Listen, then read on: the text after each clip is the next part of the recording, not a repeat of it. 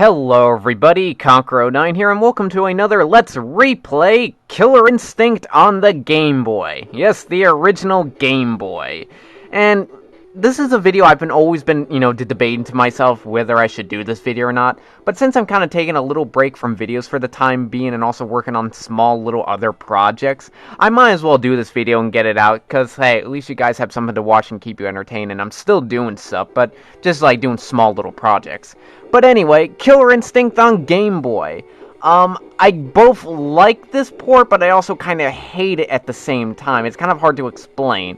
I mean, it's cool to have Killer Instinct on the Game Boy, but there are some problems with this version. I mean, sometimes, like I said in my review of it, sometimes it's very difficult to do special moves. The computer can be absolutely cheap sometimes, and usually Jago is one of the most cheapest characters in the game.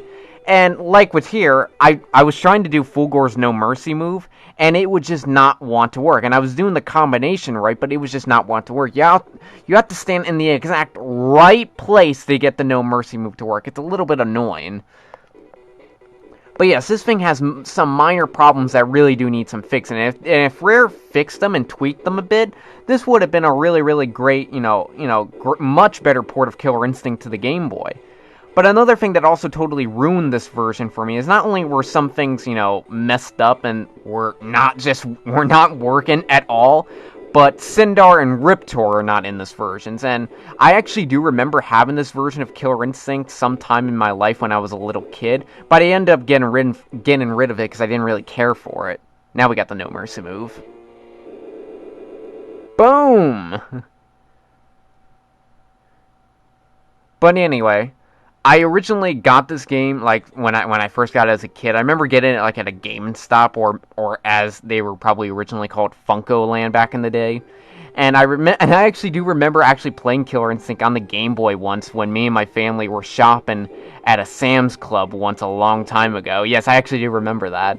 And I actually do remember saying to myself, why isn't Sindar in this game? Where is he? Do you have to unlock him or something?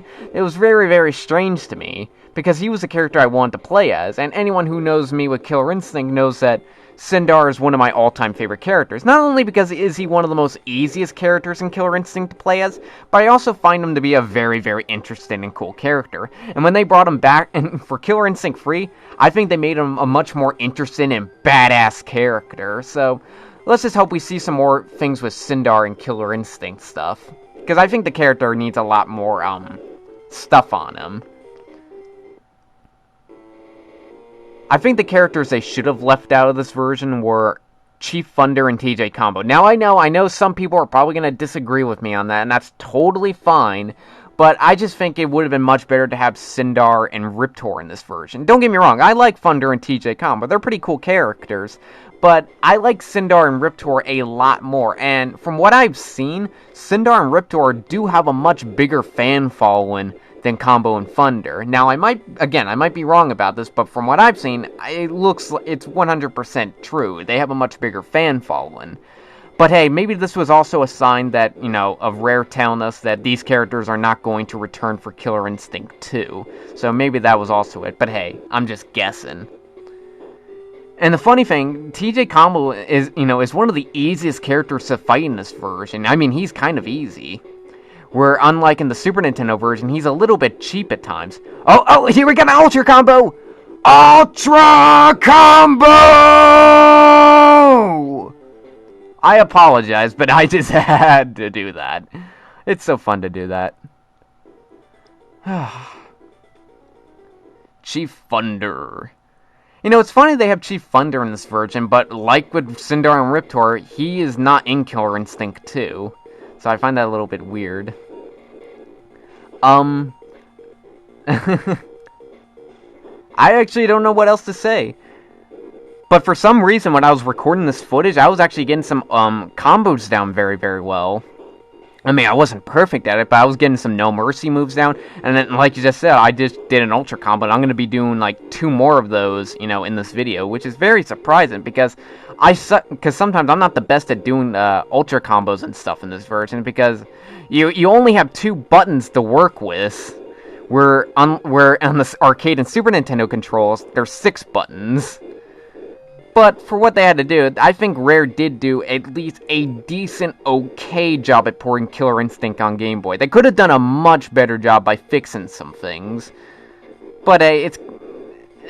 I mean, I can enjoy this game at times, but I can also hate it at times for being very, very cheap, because Chief Thunder is one of the more annoying characters to fight in the game. I'm surprised that I actually beat him, because like Jago in this version, Thunder is one of the more annoying characters to fight, because he would like to block a lot of things and get a lot of cheap hits in on ya, which is totally unfair. I was originally going to be Jago for this Let's Play, but I decided to be Fulgore because, well, I like playing as him, and he's my second favorite character.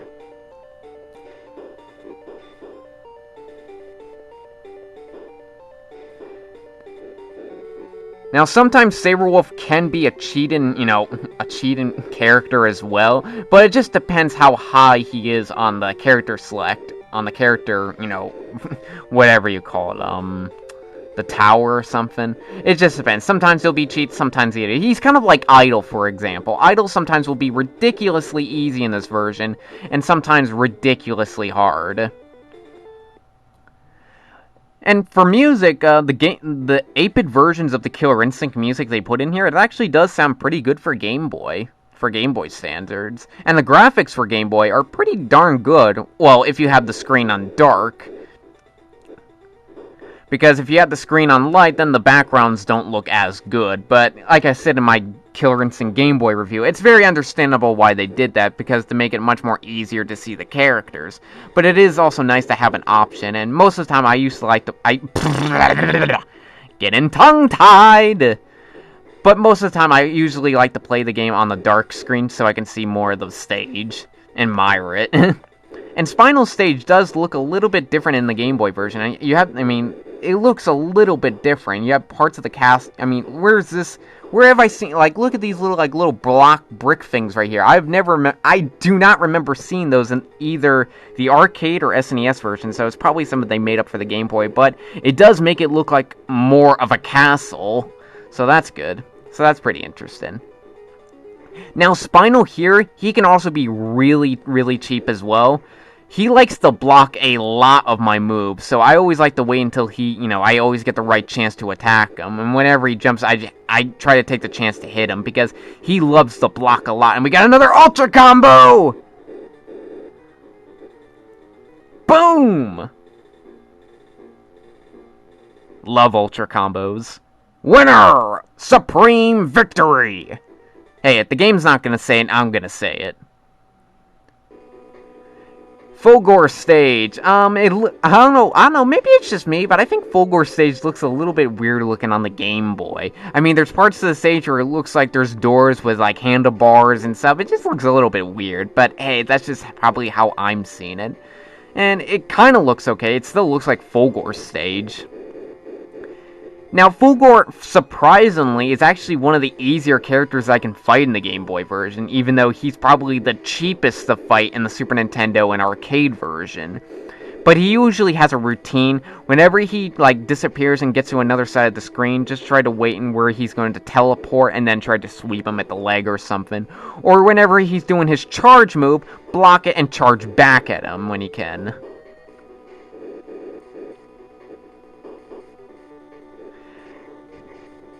Now, is anyone looking forward to Season 3 for Killer Instinct 3? Because I certainly am. I would like to see how they do Kim Woo and Tusk from Killer Instinct 2. It's great seeing Sindar and Riptor back, so it's great. So it would be interesting to see how they do Tusk and Kim Woo. It's also pretty cool that they have a Battletoad in there. That's actually pretty cool. And speaking of Season 3, I would really, really love to see Idol return. I think Idol's one of the coolest video game bosses ever. I don't know why they're not really talking about Idol. I know Ken Lobb has said several times in the past that he doesn't like Idol and he was a cheap character, but I still think Idol really deserves, to return. You can't have one boss character without the other. You gotta have both Idol and Gargos. So I really do hope we do see Idol again along with Gargos in Season 3.